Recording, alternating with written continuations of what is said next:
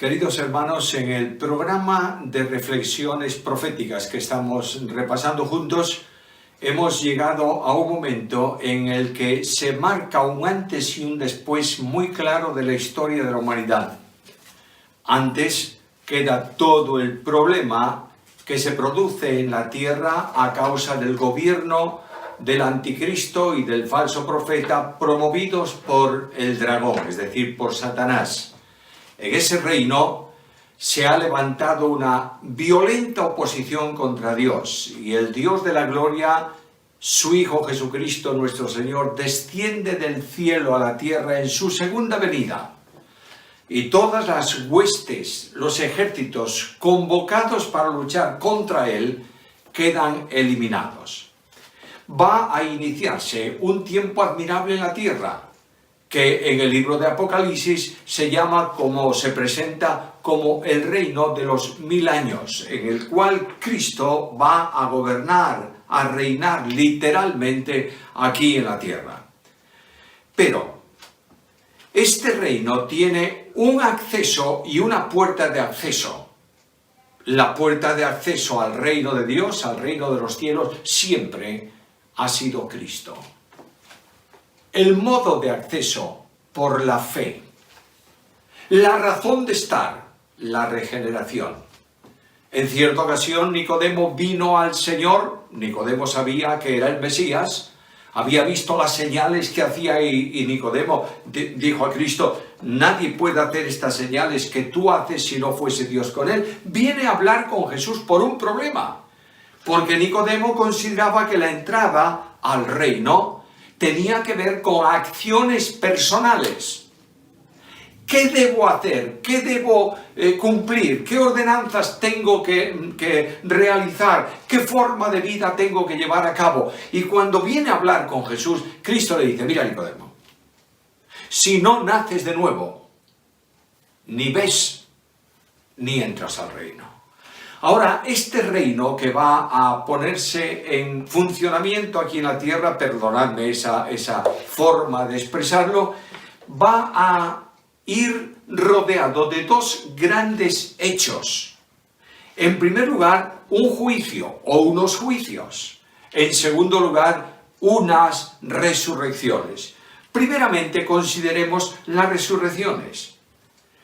Normalmente o habitualmente hay personas que entienden que hay solo una resurrección final. De justos para la vida eterna, de impíos para la perdición eterna. En cierta medida tienen razón en la lectura literal de la profecía tal como está.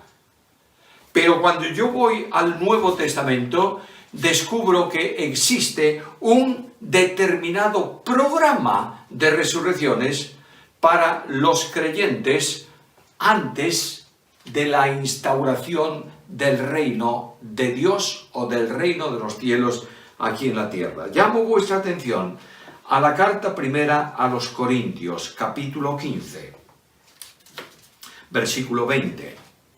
Mas ahora Cristo ha resucitado de los muertos, primicia de los que durmieron es hecho. Porque por cuanto la muerte entró por un hombre y también por un hombre la resurrección de los muertos. Porque así como en Adán todos mueren, también en Cristo todos serán vivificados. Pero cada uno en su debido orden.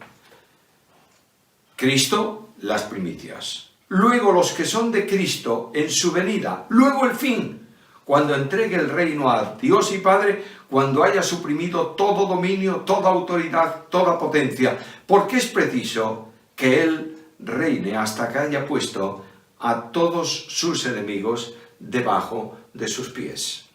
De manera que el apóstol Pablo habla de por lo menos 3 resurrecciones o 3 grupos de personas involucradas en el programa de resurrección.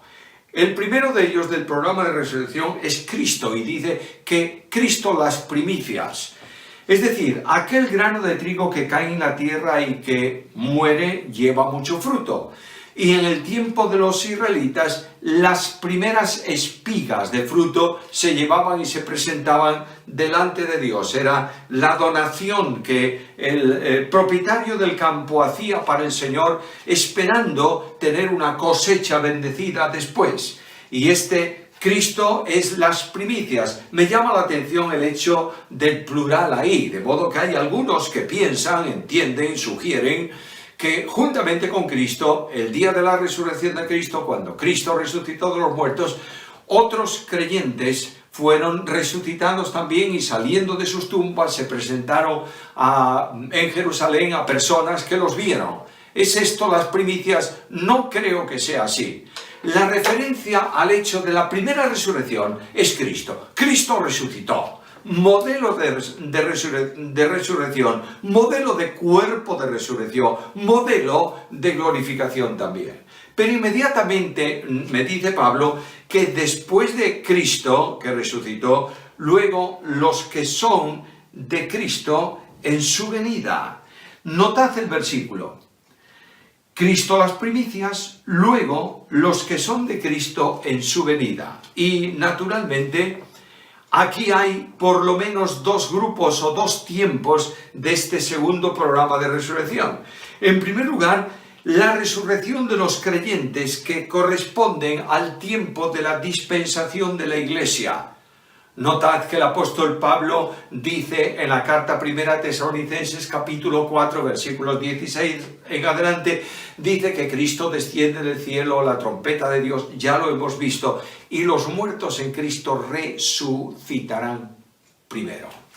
Luego se está refiriendo a la resurrección que tiene lugar de los creyentes que han muerto a lo largo del tiempo histórico de la Iglesia, pero inmediatamente habla de los que son de Cristo en el sentido de que también los santos del Antiguo Testamento. Estos santos del Antiguo Testamento no estaban esperando, como algunos dicen, tierra y bendiciones temporales. La carta a los Hebreos en el capítulo 11 habla de Abraham y dice que esperaba la ciudad que tiene fundamentos, cuyo constructor y arquitecto es Dios. Los creyentes tienen una visión celestial no temporal, no importa en qué lugar hayan sido salvos. Pero también nos describe el Apocalipsis que debido a la persecución levantada por el anticristo contra los santos, tanto de Israel como de los que creen en Cristo, de los muchos miles o millones que han creído en Cristo a lo largo del tiempo de la predicación de los 144.000 y que mueren por el testimonio de Cristo, estos serán resucitados para entrar con Cristo al reino milenial. Ahora, este grupo de resurrecciones pone de manifiesto que no habrá solo una resurrección final, por cuanto aquí se habla de un tipo de muertos, los muertos en Cristo. Ahora, la resurrección de los muertos de la Iglesia no vamos a entrar en ella, la hemos considerado, podéis volver atrás en el canal, están esas consideraciones. Quiero referirme a la resurrección de los muertos de Israel. Indudablemente, los que han muerto creyendo en Cristo van a ser resucitados. Los israelitas habían recibido promesas temporales también, además de vida eterna. Habían recibido promesas temporales y las promesas temporales tenían que ver con un reino en la tierra. Dios había prometido a Abraham darle para él y para su descendencia todos los lugares donde él pisaba con su pie, es decir, el entorno de Israel, de Palestina, donde él estaba como peregrino. Inmediatamente después de esto, la Biblia habla también de la promesa que Dios hizo a David, en cuanto a que de su descendencia habría uno que se sentaría en el reino de Israel, en su trono, y el reino suyo iba a ser perpetuo, iba a ser definitivo. Ninguna de estas promesas se cumplió todavía, pero el Dios de la Biblia, que hace una promesa, que formula una promesa, se compromete a cumplirla porque Él es fiel. De manera que la profecía habla de la resurrección de aquellos que tenían esperanza en el cumplimiento de las promesas y que habían muerto creyentes y las van a ver cumplidas en el reino milenial de Jesucristo. También los santos de la tribulación.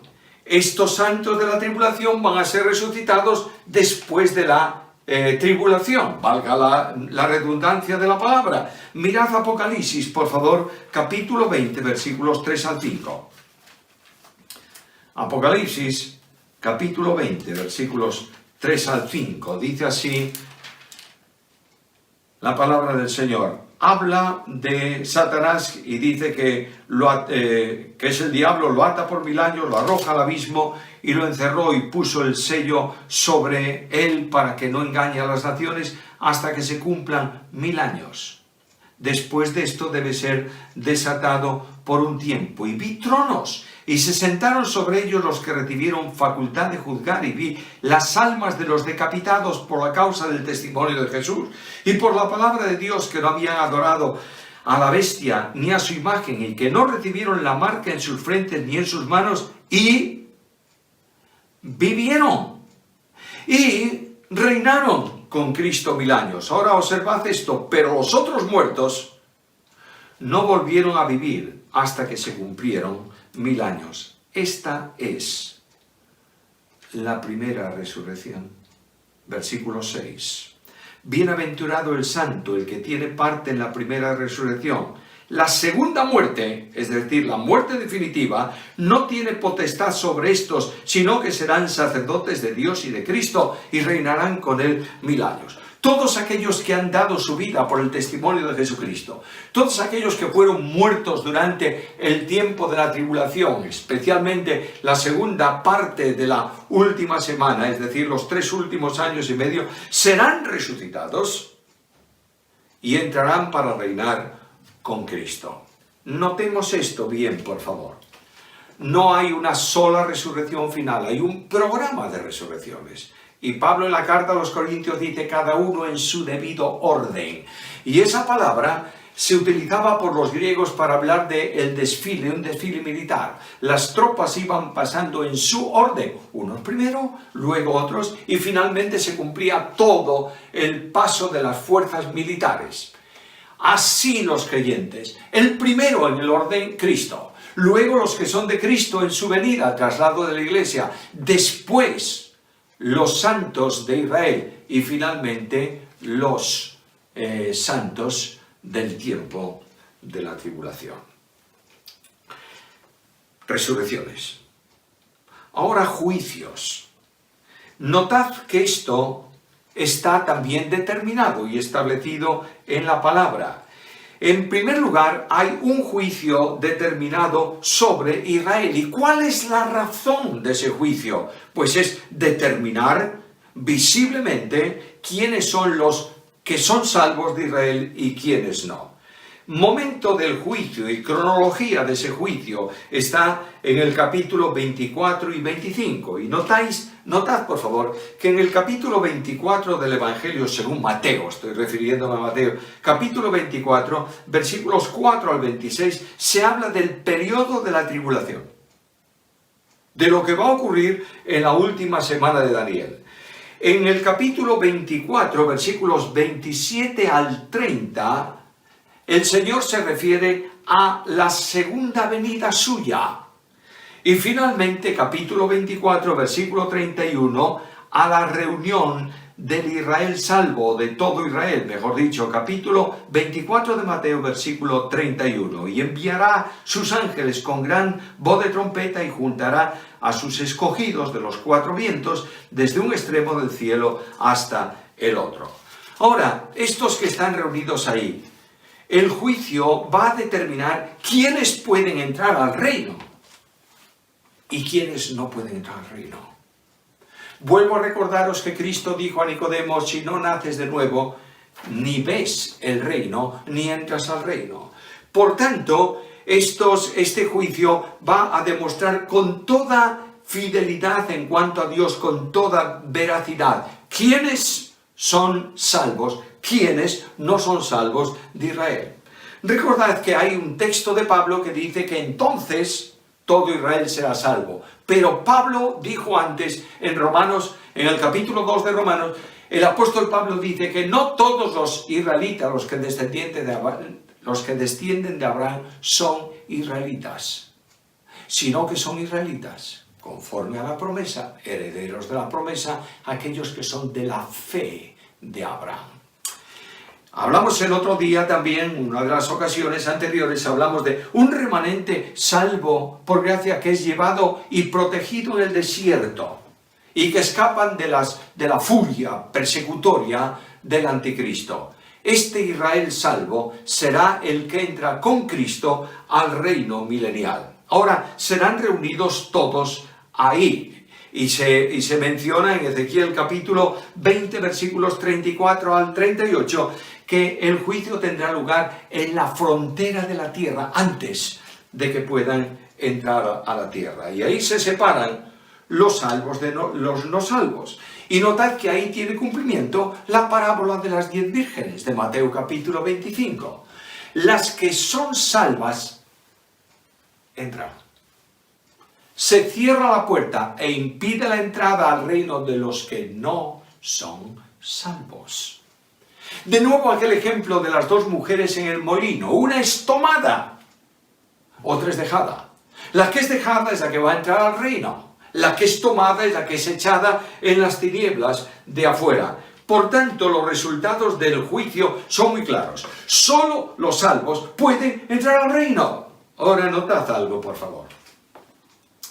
Es verdad que estamos hablando, y lo veremos en otro momento más adelante, si el Señor no viene antes, estamos hablando de que la entrada es al reino milenial de Cristo en la tierra, es verdad.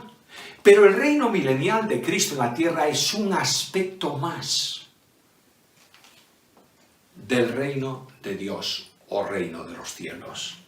La Biblia dice que Dios me ha librado del poder de las tinieblas y me ha trasladado ¿a dónde? Al reino de su amado Hijo. ¿Cómo entré yo al reino de Cristo? Por gracia, mediante la fe. ¿Cómo se salvan estos que van a entrar al reino milenial del Señor Jesucristo en la tierra y son de Israel? Se salvan por gracia, mediante la fe, porque han creído. La Biblia dice que mirarán. Y ese es un simbolismo de dependencia de fe, como Moisés levantó la serpiente en el desierto, y el que miraba a la serpiente era salvo. Así estos levantan los ojos, descubren a Jesucristo el Señor, creen en Él y son salvos. Y estos son los que entran al reino milenial de Jesucristo. Bueno, primer juicio, el juicio sobre Israel. Luego aquellos israelitas representados en las 10 vírgenes que no son salvas, que tienen la apariencia de piedad, pero niegan la eficacia de ella, estos son echados fuera del reino, no tienen acceso al reino de Dios aquí en la tierra. Otro juicio es el juicio de las naciones. Mateo capítulo 25, versículos 31 al 46. No leemos todo el pasaje, pero mirad lo que dice algunos de los versículos. Cuando el Hijo del Hombre venga en su gloria y todos los santos ángeles con él, entonces se sentará en su trono de gloria y serán reunidas delante de él todas las naciones. Y ahora notad. Apartará los unos de los otros como aparta el pastor las ovejas de los cabritos y pondrá las ovejas a su derecha, los cabritos a su izquierda. Entonces el rey dirá a los de su derecha: venid benditos de mi Padre, heredad el reino preparado para vosotros desde la fundación del mundo. Momento de juicio. Dios va a establecer un juicio que va a determinar quiénes de las naciones son salvos y quiénes no. ¿Dónde? ¿Dónde va a tener ese juicio? Lugar ese juicio. Joel. Profecía de Joel. Capítulo 3. Joel capítulo 3 y versículo 2. Reuniré a todas las naciones y las haré descender al valle de Josafá, y allí entraré en juicio con ellas, a causa de mi pueblo y de Israel mi heredad, a quien ellas espartieron entre las naciones y repartieron mi tierra, y echaron suerte sobre mi pueblo, y dieron los niños por una ramera, y vendieron las niñas por vino de beber. El valle que ahí se menciona, el valle de Josafá, es imposible determinar su ubicación geográfica. Puedes preguntar a quien tú quieras, que nadie experto en Biblia del Antiguo Testamento y especialmente del mundo de formación religiosa judía, te puede decir dónde es el valle de Josafat. Sugiero, que ese valle es el que se va a formar cuando Cristo pone los pies sobre el monte de los olivos y se divide de norte a sur, de este a oeste, se rompe y se extiende de este a oeste, haciendo un valle muy largo, muy grande, donde Dios llama a juicio a las naciones. El nombre Josafat significa precisamente Jehová juzga, y los que serán juzgados son precisamente las naciones de la tierra. ¿Y qué diferencia hay entre unos y otros? Bueno, notad que hay 144.000 que han salido por la faz de la tierra para predicar el Evangelio. Y muchos miles de personas reciben a Cristo por la fe en ese tiempo, por el ministerio de los 144.000. Jesucristo el Señor, en la parábola, en una de sus enseñanzas parabólicas, dice que el Señor dirá entonces a unos: entrad al reino, benditos de mi Padre, porque tuve hambre, me disteis de comer, estuve preso, me fuisteis a visitar, enfermo, me cuidasteis. Y algunos dicen: ¿pero cuándo fue esto, Señor? Y Él dice: cuando lo hicisteis a uno de estos mis pequeños, lo habéis hecho a mí. Cuando yo voy al libro de Josué, descubro que Rahab la ramera es una mujer creyente antes de la conquista de Jericó. Y es una mujer creyente, auténtica creyente, porque cree en Dios y dice: yo sé que vuestro Dios os ha dado toda la tierra, y que la gente está temblando de miedo porque Dios ha actuado de esa manera en ellos. Y ella toma a los espías enviados por Josué y los esconde en el terrazo, en la parte alta del edificio, entre atados de lino. ¿Por qué lo hizo? Porque es creyente y trataba a los que son creyentes como corresponde, hermanos.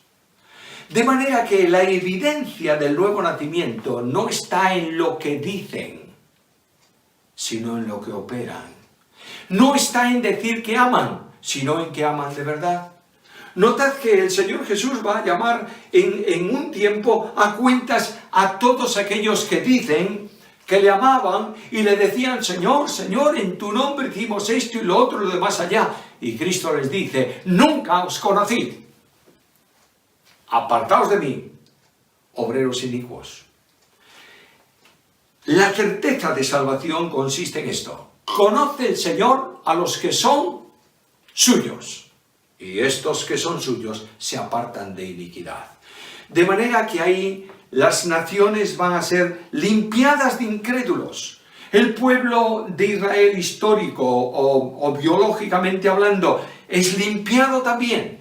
Y todos los incrédulos, tanto de las naciones como de Israel, van a ser lanzados fuera, al lugar donde, dice la Escritura en forma figurada, simbólica, está el gusano que no muere, y donde se produce un rechinar de dientes, un crujir de dientes por impotencia.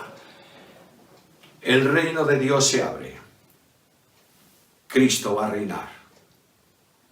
Y la tierra estará poblada entonces solamente por personas salvos por gracia mediante la fe.